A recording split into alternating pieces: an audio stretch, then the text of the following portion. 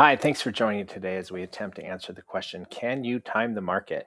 What we did is we looked at 30 years of data and we went back in time and pretended like we made decisions based on market vulnerability over those 30 years. And we wanted to see if we come out ahead of dollar cost averaging. So what we did to try to time the market is we used a tool, because you can't just use your intuition. And what we used is this thing called the market vulnerability score. And if you watch my prior videos, it explains in detail the components of the score and how it was calculated. But for now, if you don't go back and watch it, just know that if it's in the red, that means things are overvalued and risky. And if it's low, it means it's undervalued and less risky. So what we did is we said, if it's kind of like counting cards in blackjack, if you have a high score, bad, invest less. If you have a low score, good, invest more. Kind of like if adjusting your bets at the blackjack table. But when we attempted to do this, and over time, we found that it didn't come out in our favor, because dollar cost averaging is so powerful. And investing as the market goes down and as the market goes up, being consistent turned out to be the best way to go. So here's what we did. We looked back 30 years and we said, what if we invested $1,000 a month for 31 years, $372,000 investment. If we just put it under the mattress for 31 years, it would still be worth that, zero return. If we invested in T-bills only during that time frame, it would be worth $575.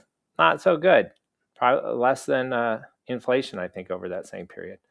But if we use the vulnerability aware investing, as I described, it came out 2 million, so 8.64% return. But dollar cost averaging, where you just put $1,000 every month into the S&P, came out the best, 12.51% return. So why is it so hard to beat dollar cost averaging? Well, because the market tends to go up over time. The economy is growing. The market goes up. Historically, the market has been positive 72% of the months in its history. And the best days drive the most long returns. And oftentimes the best days come right after a drop. So maybe you pulled out because things seemed risky. It did go down, but it recovered quickly. So being in when the recovery occurs is key. It's also hard to get signals right. So, and human nature is bad at we use too much emotion. And so the fear of the decline and the greed of the rally, they influence our decisions, and then we don't make good decisions. So the other thing is the markets can stay expensive for a long time, as it has over the past 5 years. So even though the score's been high, if we had taken money off the table or reduced our bets over that same period of time, we would have missed out on all the gains over that period. So what we learned is timing the market is very hard. But this score seems to predict history pretty well. So we thought, is there value? Is there value at all if you had a big nest egg? Let's say you inherited $2 million. Is there value at looking at the vulnerability score to make a decision of when to put it in the market? Or let's say you have $2 million saved up over the course of your career, and you're trying to decide when to take it out of the market to reduce risk. You know, kind of the way Berkshire Hathaway does it. They have billions and billions of dollars, and they put some in and some out. And like, for example, right now, the majority of their assets are not in the stock market because they're trying to protect that big nest egg. So is there value in this score in helping you with that sort of decision? And I think the answer is yes.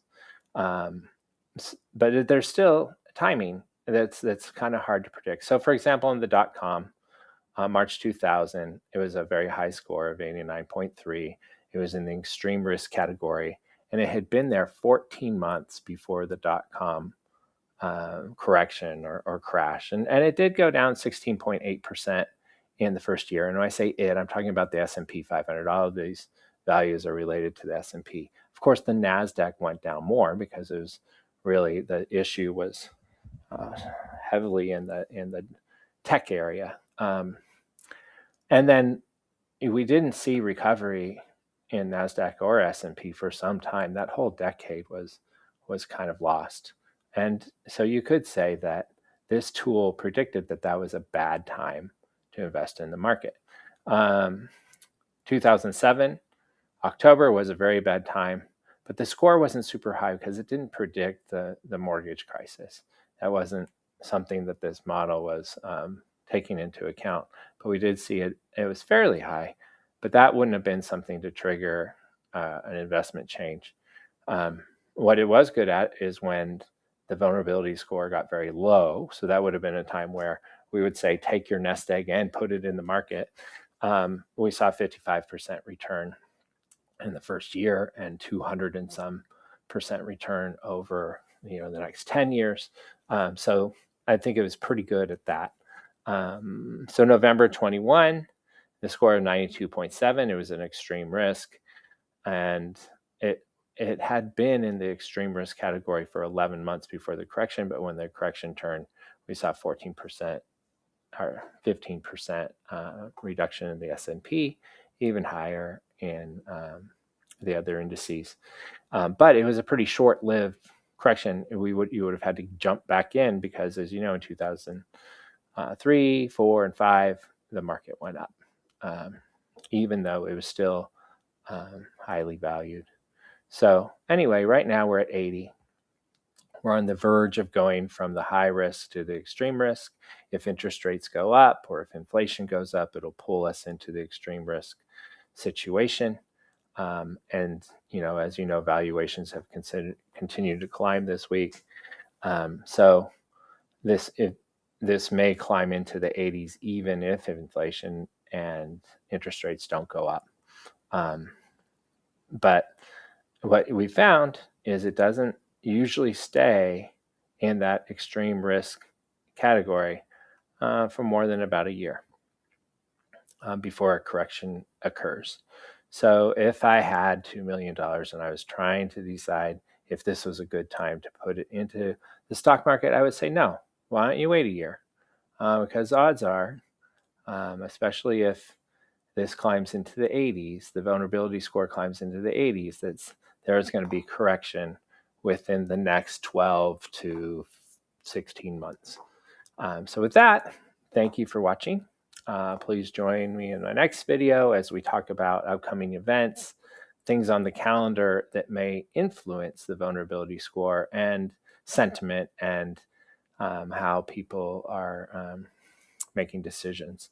And so with that, if you like the video, please subscribe, please share with a friend. And if you want to know the math behind the vulnerability score, because it has become quite complicated, there's several spreadsheets. If you'd like to examine that math, you just leave a comment, leave an email, and I can send it to you. Okay, thanks. Bye.